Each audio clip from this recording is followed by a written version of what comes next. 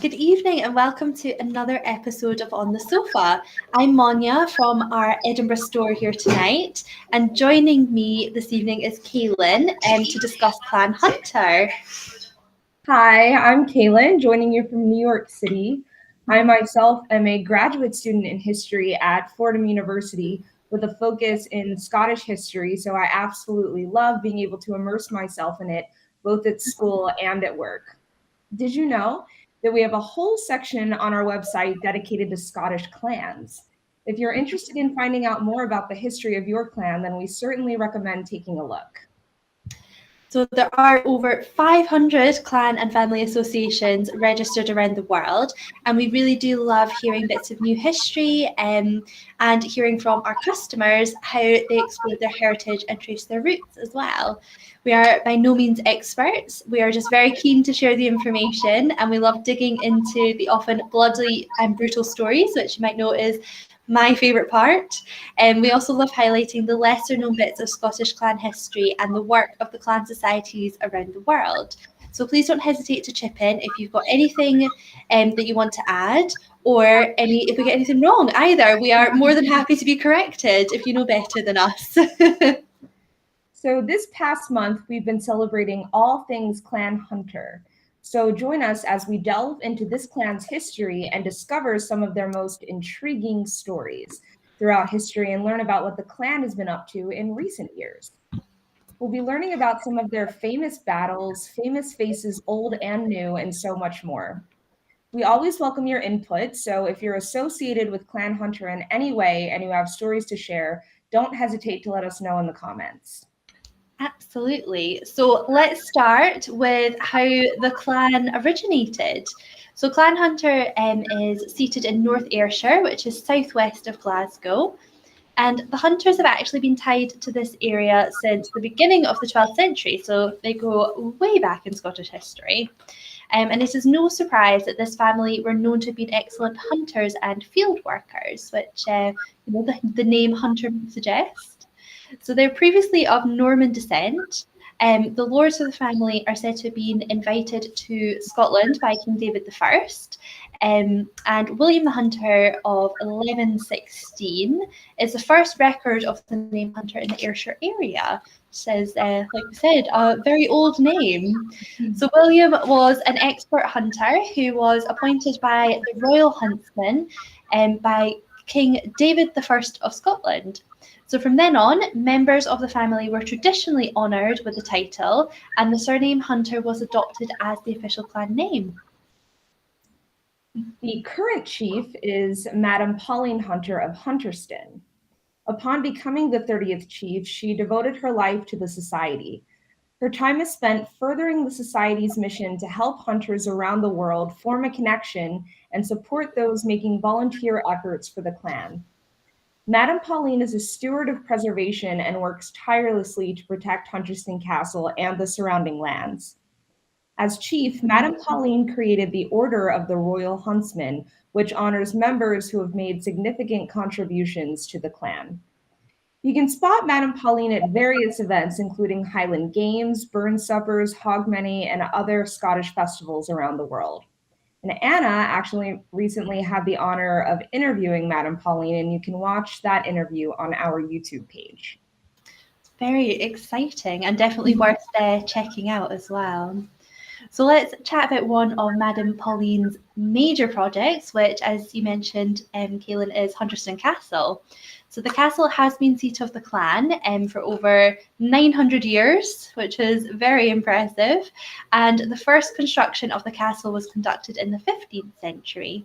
But it is believed by some historians that there was possibly an even earlier construction on the grounds, which, yeah, if they've held the land so long, there might have been a slightly older castle that, as we know, the shocking Scottish clan battles might have come into play with that one. So extensions have been added to the castle over the years, the first being in the 17th century when the family occupying the residence felt they needed more accommodation, and then again in the 19th century when Hunterston House was built on the grounds for the exact same reason. The Hunter family have owned the land since the 12th century and have occupied the grounds ever since. At Hunterston, you'll find the remains of a royal charter signed by Robert II on May the 2nd, 1374, confirming the grant of land to William Hunter for his service. So the Hunters have a long history of supporting the Scottish crown, which is evident in their origin as Royal Huntsmen. During the Scottish Wars of Independence, the Hunters fought on the side of Wallace and Bruce, of course. This is a clan that showed constant loyalty to Scottish royalty, even at their own expense. And during the 1500s, Clan Hunter fought for Scotland against England at the battles of Flodden and Pinkie. The 14th Hunter laird, John Hunter, was killed in the Battle of Flodden Field alongside King James IV.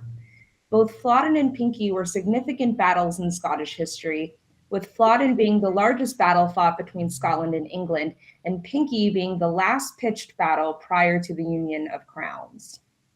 Absolutely. And if you are ever visiting Flodden, then our Dunn's Scottish Borders headquarters is actually very close by as well. So we're right in the middle of all the exciting lands and history there as well. So now let's talk about hunters of Long Calderwood.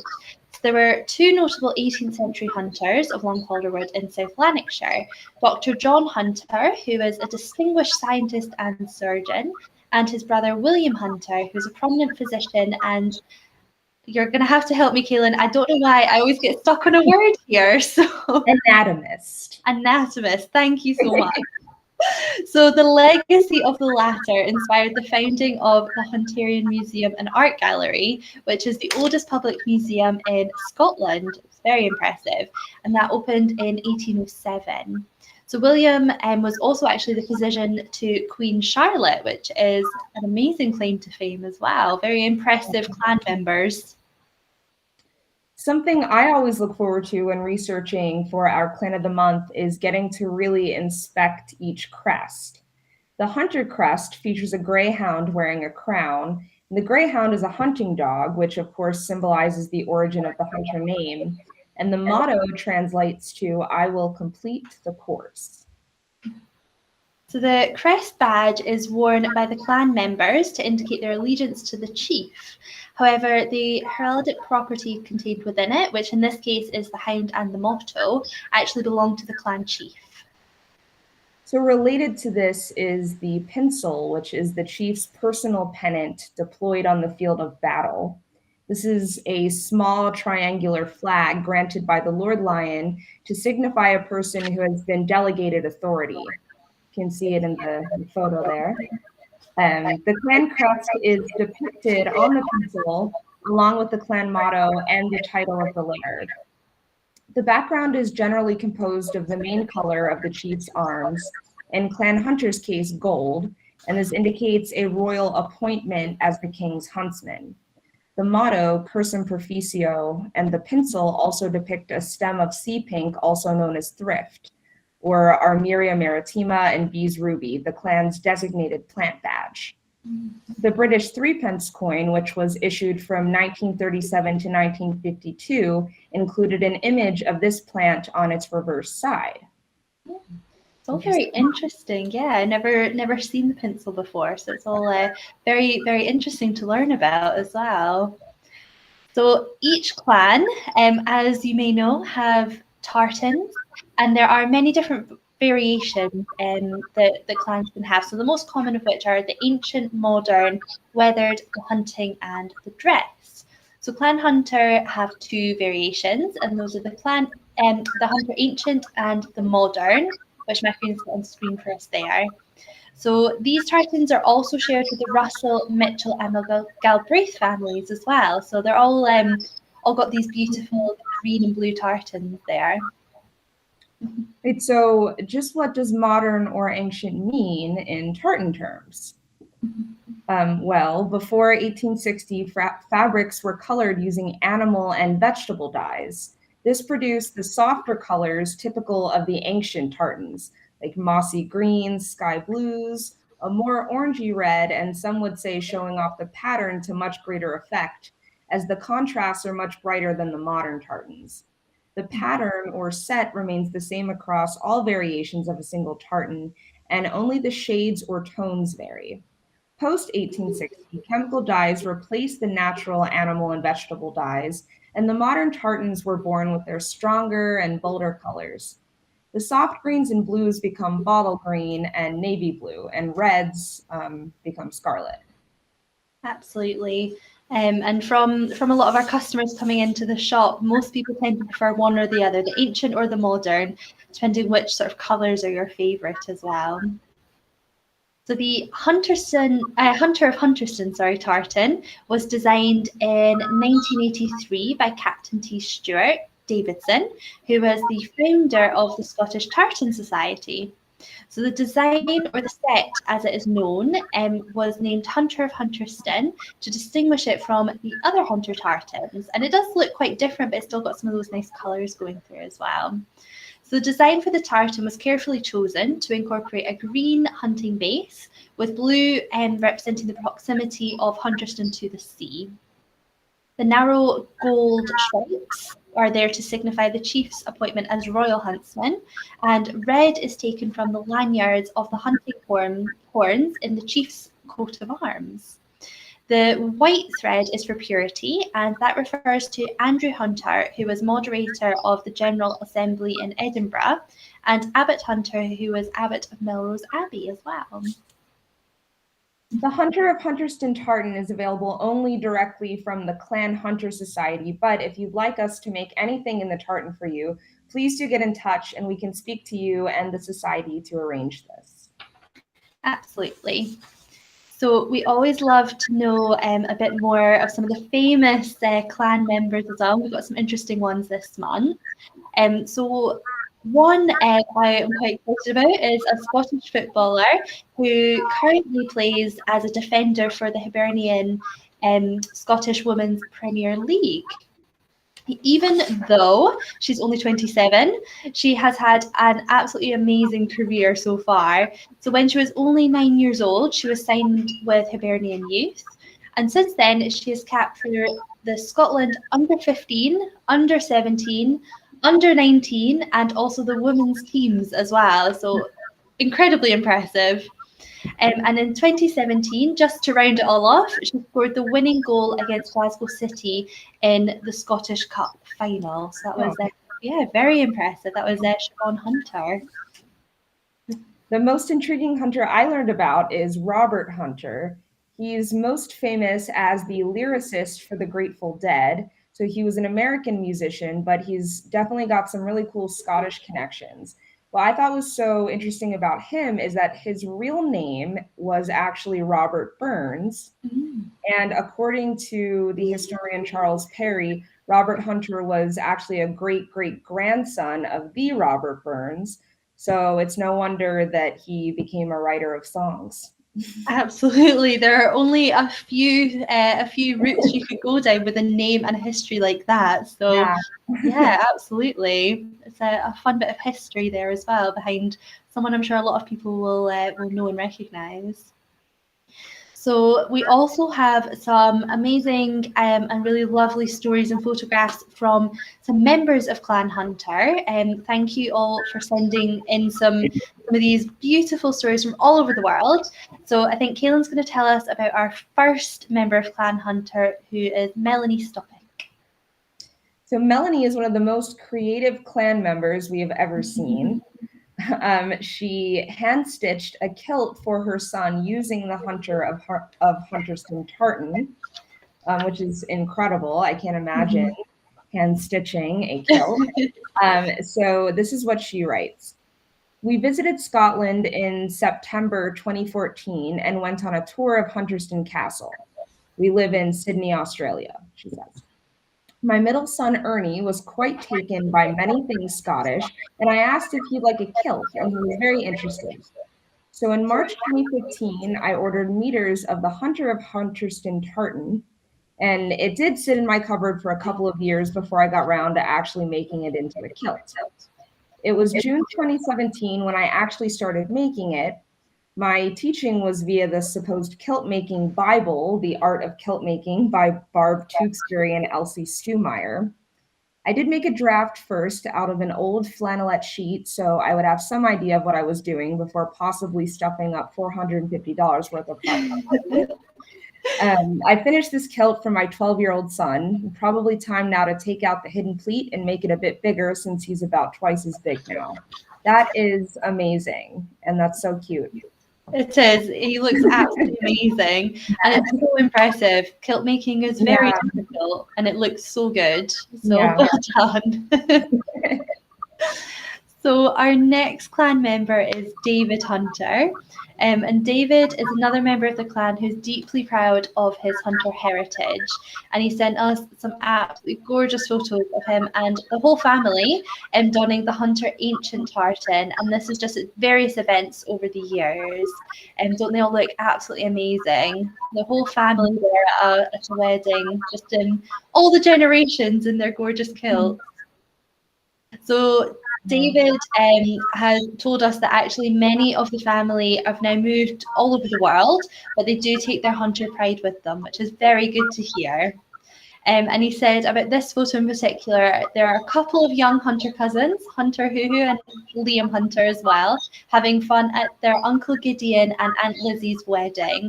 What fun they had, despite being told they had to stay tidy for the wedding photos. And they just look absolutely incredible in those details. Oh, gorgeous. Oh no, they look so sweet. They're so cute. Absolutely.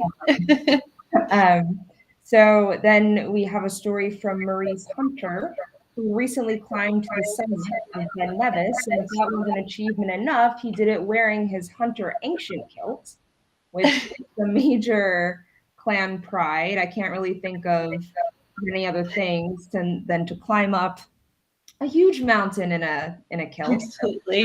It's not easy either. Absolutely freezing in a kilt. So very impressive. Yes.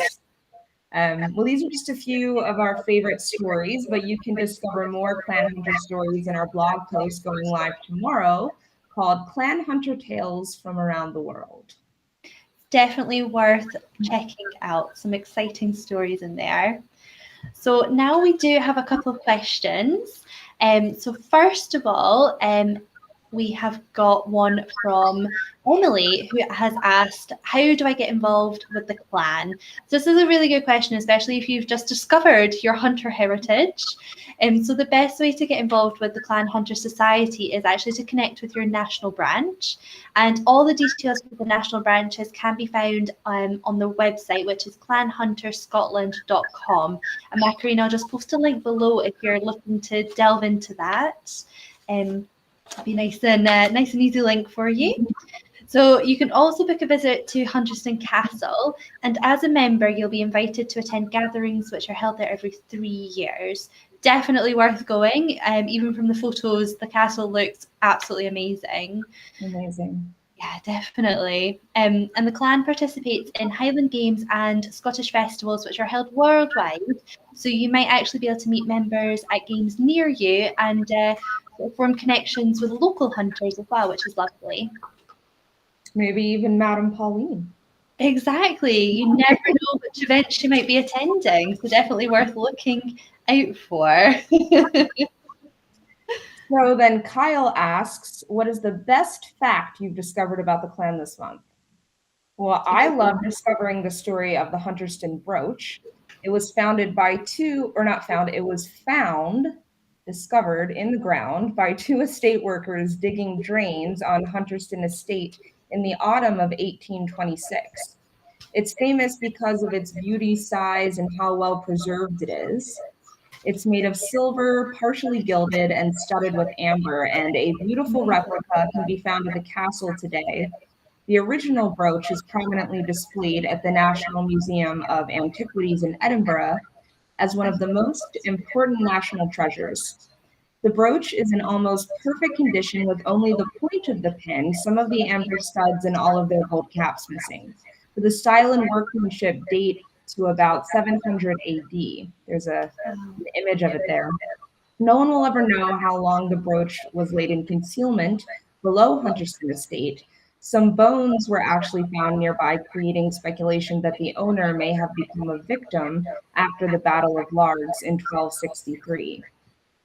It's amazing, and it's still very beautiful, despite being incredibly old. Very, very old there. And we actually have Tiffany who has joined us this evening. So hi to Tiffany. Thank you for joining us. And if you are a member of Clan Hunter, then you might be interested to check out a few of the societies as well, which I think Macarena has put a link to down there. So our last question this evening comes from Lorraine in Florida, who has asked, how would you suggest wearing the Hunter tartans? It's a very good question, because I know if you're new to the world of tartan, it can be a little bit daunting to know how to actually add it in naturally without looking too Scottish if you're not in Scotland. So I think the beautiful green colours in the tartans are ideal for going into autumn or fall if you're at Kalyn's neck of the woods. So for sort of a comfy but also, a slightly dressy, casual look, you can try a pale blue cashmere jumper, and I would combine that with a Hunter ancient skirt, and then the colours are going to pick out the really beautiful blue in the ancient tartan as well. And then depending on how you want to wear it, you could go with a really nice pair of dressy shoes, or even you could get some matching trainers if you want to wear with a bit more of a relaxed look. That sounds cute. So there we have it. We hope you've enjoyed learning about Clan Hunter with us and filled with all of this knowledge that we should all have now. So how much do you think you know about Clan Hunter? Enough to get all 12 questions correct. How about you, Monja? I know we should have a go and see how much we've learned from doing all this research. We should go head to head right now. We should. That would be a very good ending to this, I think. Well, that being said, all of you who are watching can test your Hunter clan knowledge now with our clan quiz, which Macarena will pop the link up for you now, I believe. Absolutely. A nice bit of fun to sort of end the Hunter month, actually, because we're coming to the end. And next week, actually, Emily will be speaking to Bart Forbes and Leslie Furbish, who are both from the Clan Forbes Society, and that will be our clan month throughout October. So worth tuning in if you love learning about different clans, and also if you are Forbes yourself. It'll be very interesting. So definitely worth having a look out for. But thank you so much for joining us tonight. If you do have any more questions or any more stories, then pop them below. So thank you, and we'll see you next week.